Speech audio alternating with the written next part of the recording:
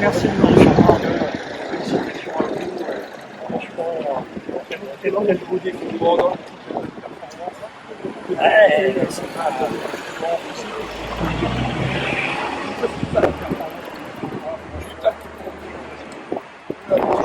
malgré tout, j'avais tenu sur les années, je sais pas comment ça fonctionne. Parce que dans ce genre d'aventure, on a beau se préparer, dès qu'on démarre, le corps il veut pas. Quand même. Il se dit non, là c'est trop, je veux pas. Qui me fait comprendre. Donc je me suis et après, il faut qu'il se résigne. L'esprit est plus fort que le corps. Et là, c'est la 29e. Il y a 1200 km déjà.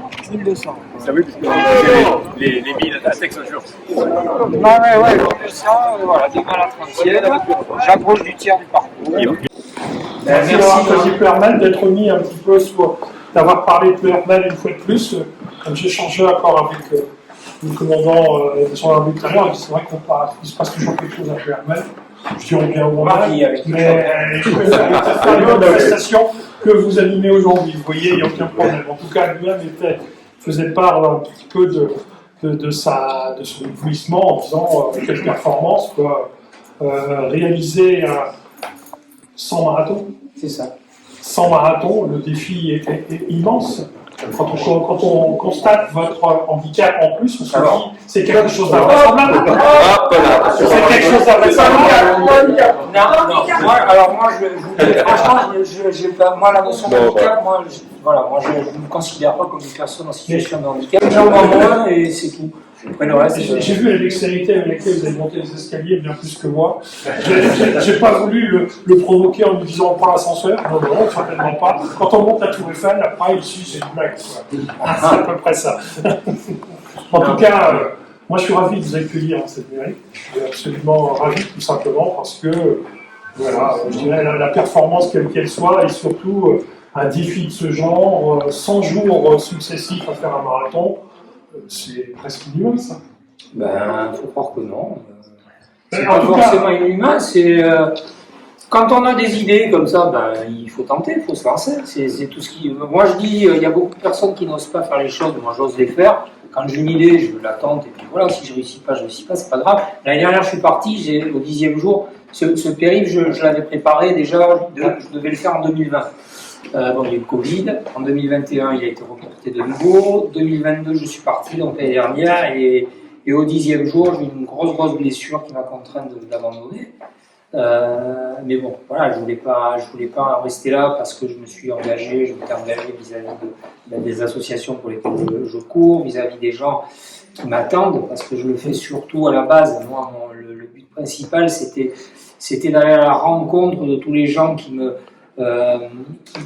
suivent sur les réseaux sociaux, parce que j'ai quand même une communauté assez importante, donc moi c'était une manière à moi de les remercier de leur soutien en allant vers eux, donc les rencontrer réellement, c'est ce qui se passe là, je les rencontre au fur et à mesure.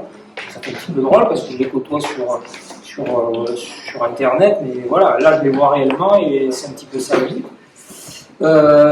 Donc voilà, après c'est vrai que ça paraît énorme, 100 marathons, 100 jours, mais voilà, je le fais, donc pourquoi pas quelqu'un d'autre. Enfin, je veux dire, c'est pas... Le tout, c'est qu'il faut bien se préparer à la base, y croire à son projet, et on s'aperçoit qu'on peut faire beaucoup de choses.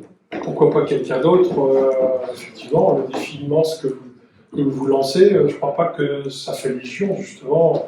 C'est quand même original. J'ai jamais eu l'occasion de pouvoir côtoyer, même entendre évoquer simplement un défi de cet ordre, de cette importance. Un marathon quotidien, c'est sur la longueur et sur le temps, c'est sur la durée. C'est ça. Oui, il y a une discipline, c'est l'ultra run, ça s'appelle. Il y a pas grand monde qui le pratique, mais il y a des personnes d'ailleurs. À Rennes, je récupère un nouveau chauffeur, parce que j'ai plusieurs chauffeurs qui se relaient sur le parcours, parce que les chauffeurs se fatiguent avant vous. Alors, je ne sais pas. Donc, il y a pas des places réservées. Il y a 8 chauffeurs qui se relaient sur le parcours, donc j'arrive et le second.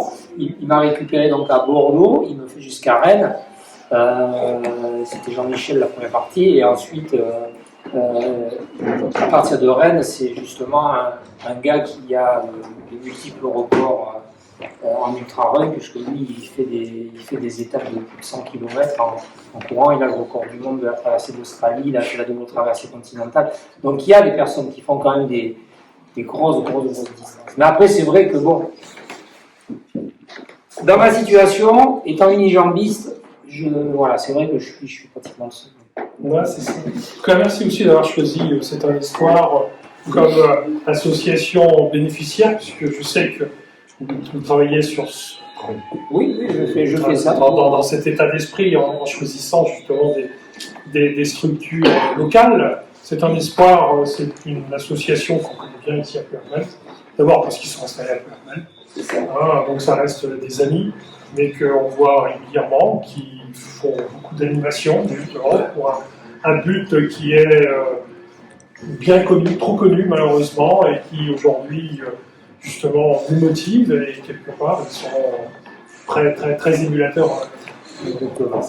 Voilà, moi c'est vrai que je traverse la Bretagne, et tout ce qui est collecté en Bretagne sera reversé intégralement à l'association. Donc pour ça, c'est vrai que dans chaque commune, on installe un petit stand. Alors, il y a des t-shirts, des sweats, des petits kangourous, des petites peluches kangourous. Alors, le kangourou, pourquoi? Parce que peut-être que les associations sont toutes au courant, mais mon surnom, c'est le kangourou.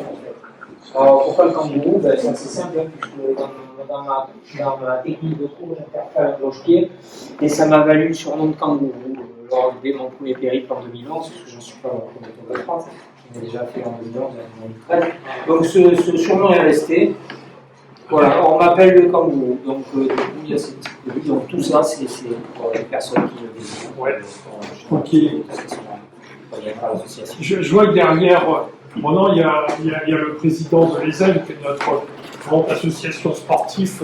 Qu'est-ce que tu en penses, Gérard, de ce type de performance? Oui, c'est vrai, tu as parlé de longue distance. Oui, il y a des gens qui font des longues distances, effectivement. Mais déjà, je pense que tu fais chapeau. Hein. Parce qu'il faut pouvoir récupérer entre chaque séance. Ben, j'ai cette chance, c'est que je récupère très vite. Il suffit de une petite nuit de sommeil, et le lendemain, je remets le compteur à zéro, et c'est comme si j'avais rien fait la veille, tout simplement. Donc voilà, j'ai cette chance-là. Parce qu'il y en a qui ont voulu aussi monter en distance, moi aussi, je vais faire ce que tu as fait, mais effectivement, je n'arrivais pas à récupérer. C'était l'ambitieux. Et demain, c'est Patrick Malandin. À Rennes, c'est Patrick Malandin. Je ne sais pas si vous connaissez. C'est lui qui me récupère, qui va faire 9 jours. Donc, lui, c'est quand même la référence en matière d'ultra-run. Parce que lui, je ne sais pas comment il fait d'ailleurs. On va avoir 9 jours où je vais pouvoir lui poser des questions, parce qu'il y a des choses qui me. Parce que c'est vrai que c'est pas simple non plus de